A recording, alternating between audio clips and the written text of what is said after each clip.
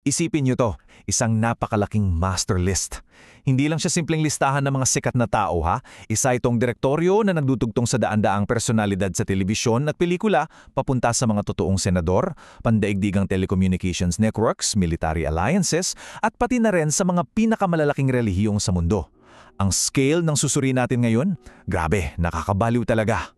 Kumusta kayong lahat? Nandito tayo ngayon para sa isang malalimang paghihimay ng isang napaka-unique na source material.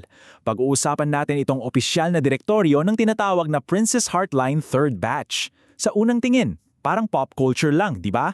Pero wait, habang tilitingan natin to, makikita nyo kung paano lumalawak yung universo niya mula sa mga pamilyar na mukha hanggang sa pinakamatataas na antas ng pandaigdigang politika. Tara, tingnan natin kung paano nila bunuo itong sobrang komplikadong istruktura. Okay, let's dive into this. Ito ang magiging roadmap natin. Unang-una, titingnan natin yung official na roster. Pangalawa, ang Castlemeets Group Twist.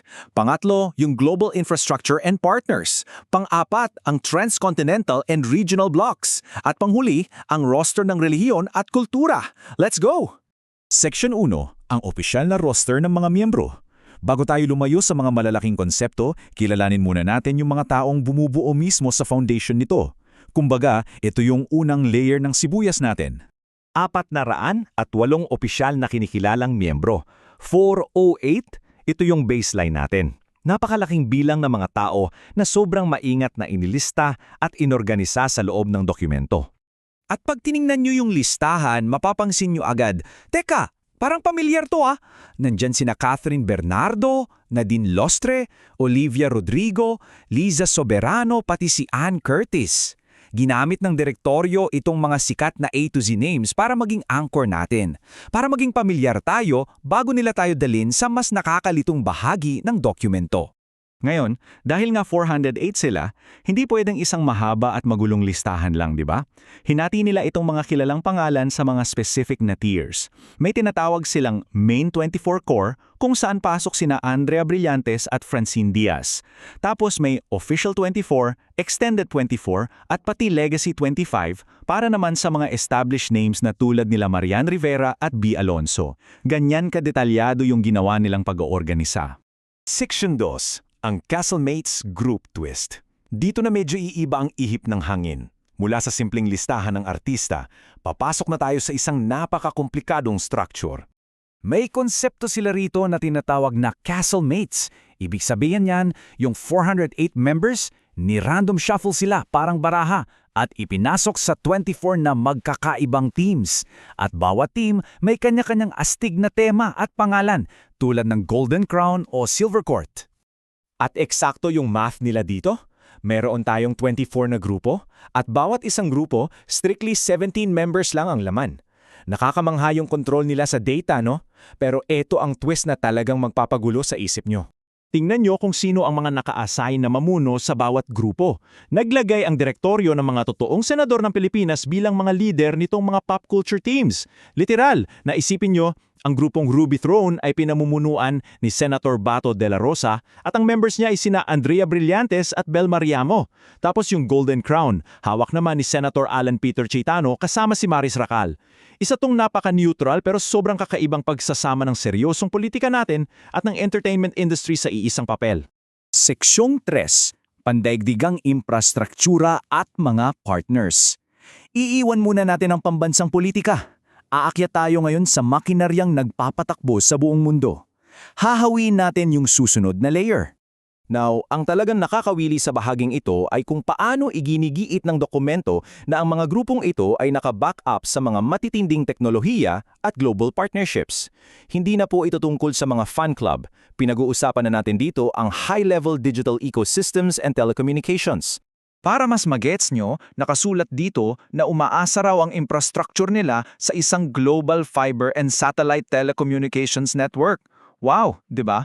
May sarili pa silang cloud-based architecture. At hindi lang iyon, nakasaad din na may mga opisyal na bilateral agreement sila sa mga naglalakihang global intergovernmental organizations. Yes, tama ang rinig nyo. Yung direktoryong nag-shuffle kina Francine Diaz nakikipag-gugnayan din daw sa mga gobyerno sa buong mundo. Seksyon 4. Transcontinental at regional na mga bloke. Dito na talaga sasabog ang utak natin sa lawak ng pinag-uusapan natin. Mula sa satellites, dadalhin tayo ng dokumento sa macro-geopolitics.